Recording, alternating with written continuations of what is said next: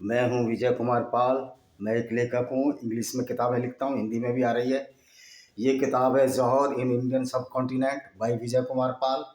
ये Google Amazon पर है। इसमें ये बताया गया है कि किस तरह इस्लामिक विचारधारा की वजह से लोगों को जौहर पढ़ना पड़ा। हिंदू रमणियों को, अपने छोटे छोटे दूध मुए बच्चों को चिता में समर्पित करना पड़ा, अपने दूध मुँहों को छाती पर लगाकर, क्योंकि इस्लाम की आइडियोलॉजी ऐसी है।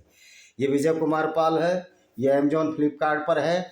जौहर, सारे जौहर का वर्णन है और जौहर क्यों किया, इस्लामिक विचारधारा क्या है, इस्लामिक आयत क्या है, उसका सारा वर्णन है। ये विनेमस फैंक्स ऑफ कोबरा है। क्या इसमें बताया गया है कि वास्तव में जो कल्ट पूरी दुनिया को बर्बाद करने के लिए तुला है, वो तो कोबरा से भी ज़्यादा खतरनाक है। कोबरा के जहर का वैक्सीन है। लेकिन ऐसी आइडियोलॉजी का कोई वैक्सीन नहीं है जिसमें विचारधारा नफरत फैलाई जाए, जिसमें गैर मुस्लिमों के खिलाफ नफरत का विष बेल बोया जाए, और जिसमें गैर मुस्लिमों को सिर्फ इस बात पर कुरान की आयत कहती है कि कत्ल कर दिया जाए क्योंकि वो गैर मुस्लिम है।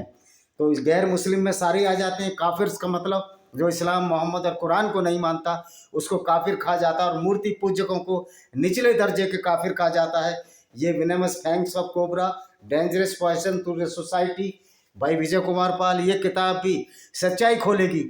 और आज मैं एक वीडियो देख रहा था जिसमें एक मुस्लिम, इलाहाबाद के मुस्लिम कह रहे थे कि ये बीजेपी, हम चाहते हैं कि हिंदू मुस्लिम ना करे। ओ भाई, बीजेपी नफरत नहीं फैलाती। मेरे मौलानाओं के निर्देश है, मेरा मुसलमान भाइयों से सलाह है कि ज़रा आप कुरान की आयतें पढ़ें।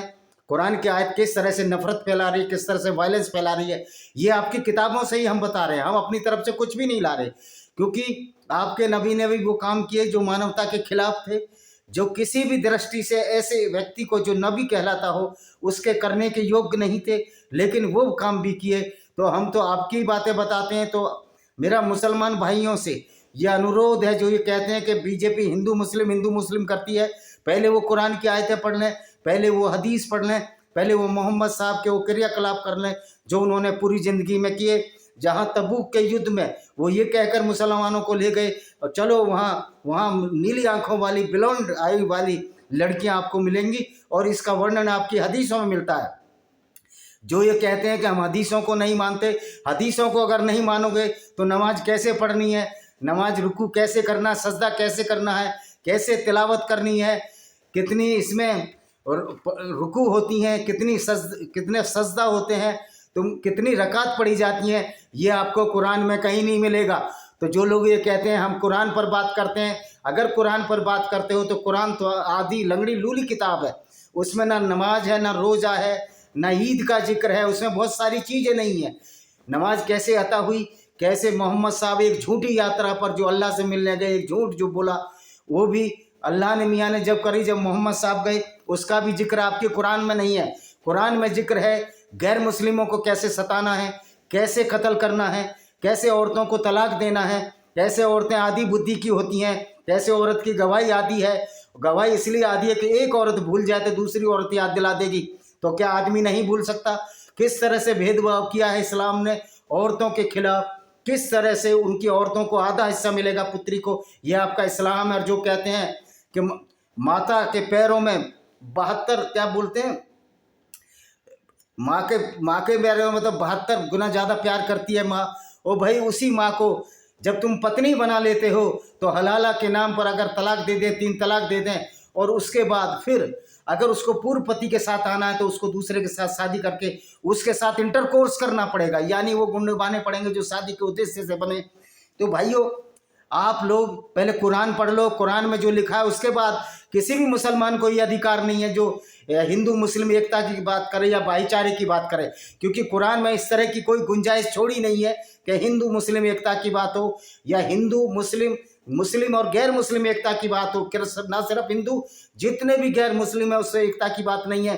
तो ये जो चूरण बेच रहे हो, भाईचारे का जो चूरण बेच रहे हो, ये अब चूरण हजम होने वाला नहीं है, क्योंकि कुरान पर हम एक वीडियो डालते हैं और मजे की बात है यूट्यूब हमारी रीच कम कर देता है। तो हम सब लोगों को जो मानवता के लिए लड़ रहे हैं, यूट्यूब से भी इस बार बहुत बड़ी लड़ाई लड़नी पड़ेगी। एक ऐसी लड़ाई लड़नी पड़ेगी, सड़कों पर उतर कर लड़ाई लड़नी पड़ेगी कि यूट्यूब, आप जो फ्रीडम ऑफ स्पीच है, जो इनकी किताबों में लिखा है वही हम बता रहे हैं किताब से बात कोई अलग बता नहीं रही। ये हमने किताबें लिखी हैं, अगर यूट्यूब में दम है तो इनमें बैन लगवा दे, क्योंकि इन किताब में कुरान की वही आयतें बताई गई हैं जो आयतें गैर मुस्लिमों को परेशान करती हैं, जो गैर मुस्लिमों की औरतों के लिए एक बहुत बड़ा खतरा है, जो मानवता के लिए बड़ा खतरा है। ये जो किताब है ब्लेंडर ऑफ ब्लेस्फेमी भाई विजय कुमार पाल, इसमें यही बताया गया है कि पाकिस्तान में किस तरह, अगर आप कुरान की सच्चाई और मोहम्मद साहब की सच्चाई बताते हैं कि मोहम्मद साहब बनु कुरैजा के कबीलों को लूट कर उनकी बाजारों में बेच दिया, उनकी औरतों को, और 700 से 900 लोगों को कत्ल कर दिया, तो ये काहे की ब्लेस्फेमी है?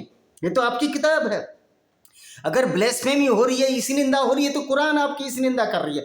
कुरान और हदीस आपके मोहम्मद कैरेक्टर का खोल खोल कर बयान कर रहे हैं कि मोहम्मद साहब के दामाद हजरत अली ने 2 आदमियों को सिर्फ इसलिए जिंदा जला दिया कि वो इस्लाम कबूल करने से मना कर दिए थे यहूदियों ने। तो ये आपकी किताब है, ये 9:5 अलतोबा आयत नंबर 5 ही कहती है कि काफिरों को जहां पाओ कत्ल करो, उनकी घात लगाकर बैठो जब रमजान के महीने में। ये मैं तो नहीं कह रहा, आपकी 5:30 अलमायदा भी यही कहती है कि विपरीत दिशाओं में हाथ पैर काट दो गैर मुस्लिमों को, उनको देश से निकाला दे दो या उनको कत्ल कर दो। और जजिया टैक्स जो रंगदारी टैक्स है उसको लगाने की बात भी आपकी कुरान कहती है, आपकी हदीसें कहती हैं। आपकी हदीसें ही बताती हैं कि मोहम्मद साहब किस तरह से तबूक के लिए ब्लोंड आई वाली लड़कियों को लूटने चले गए, और किस तरह से उहद की लड़ाई में भी ये लूटने चले गए, लेकिन उहद की लड़ाई में मोहम्मद का अल्लाह ने साथ नहीं दिया। मोहम्मद तो कहते थे कि जब जंगे बदर हुई थी तो उसमें 313 मुसलमान थे, हजारों यहूदी थे, लेकिन जंगे बदर मुसलमान इसलिए जीत गए क्योंकि उनके साथ 3000 फरिश्ते थे, यानी 1000 यहूदियों के खिलाफ 3000 फरिश्ते भी लड़ रहे थे, 313 मुसलमान थे। ये अलग बात है, वो तीरों की लड़ाई में उनका वो तीरों की लड़ाई से दूसरे लोग घबरा गए, ये जीत गए, वहां भी इन्होंने माल लूटा। तो फिर जब उहद की लड़ाई हुई तब मोहम्मद साहब के पास फरिश्ते क्यों नहीं भेजे?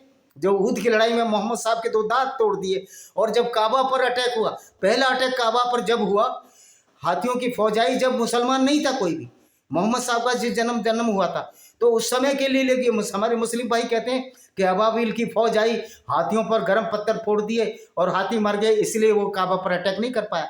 वो भाई जब तक इस्लाम ही शुरू नहीं हुआ था, जब तक वो मक्का में मूर्तियां थी, तो मूर्तियों की रक्षा के लिए अबाबिल आती हैं। किस तरह का झूठ बोला गया, फिर अबाबिल क्यों नहीं आई? जब अब्दुल ताहिर जन्नाती एक काला पत्थर हजरत स्वाद को लेकर 22 साल उस पर लैट्रिन और पेशाब करता रहा, ये तुम्हारी हदीसों में, तब उनको बचाने क्यों नहीं आई? फिर अभी भी हाजी मरे, भगदड़ हुई, कई बार अटैक हुए, काबा को जला दिया गया, तब भी कोई नहीं आया। अब्दुल करामाती अब्दुल जिन्नाती आया।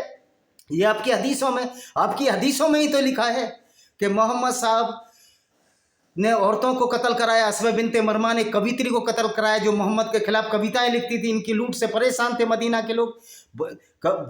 अबू अभाक को कत्ल कराया, काब बिन अशराफ को धोखे से कत्ल करा दिया था, धोखा फरेब सब कुछ था इनमें। तो ये आपके पैगंबर साहब की बात है, तो आपके कुरान और हदीस बनाती हैं। अगर आपको लगता है कि पैगंबर की ब्लेसफेमी हो रही है तो फिर ये किताब और कुरानों को क्या जरूरत है इनके पीछे, इनको रद्दी की टोकरी में फेंक दो। लेकिन नहीं, ये कुरान तो हमेशा के लिए है, रद्दी की टोकरी में नहीं फैली जाती।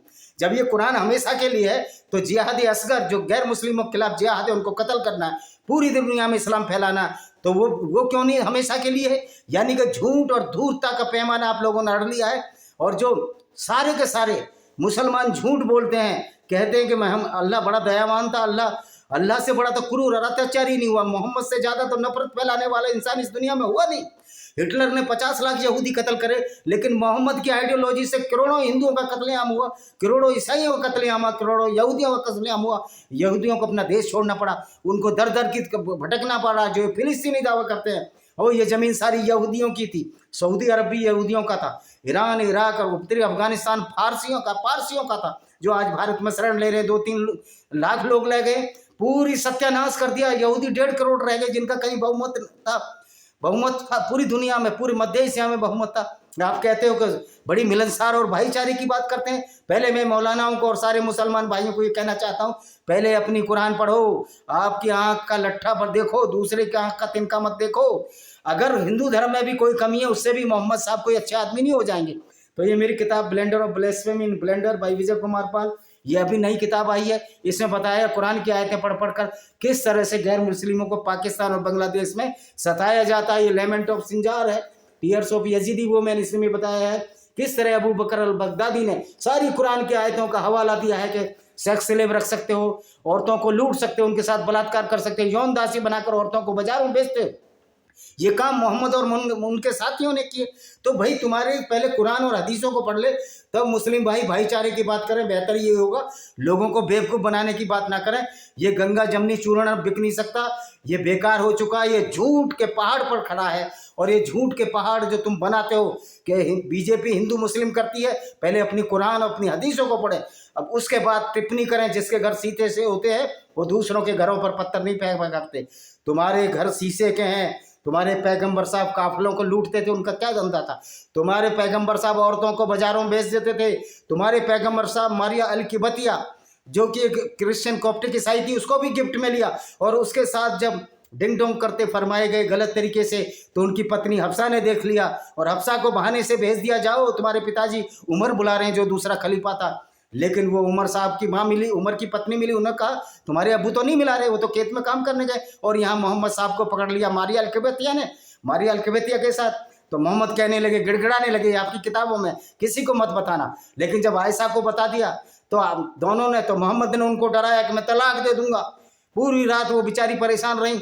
और उसके बाद एक आयत उतर गई, जिब्राइल जो शैतानी फरिश्ता था, उसने कहा कि मोहम्मद जिस पर चाहे वो लड़की उसके लिए हिबा है, यानी उसके साथ कुछ भी कर सकता है। तो ये तुम्हारी किताबें बताती हैं। तो ये 4 किताब हैं, 6 किताब और हैं, उनका विवरण जब आप फाइलें खोलेंगे, गूगल पर जाएंगे, सर्च करेंगे, मिल जाएगी। इसी के साथ इस वीडियो को विराम देता हूँ। वंदे मातरम, जय हिंद, आपका दिन शुभ हो।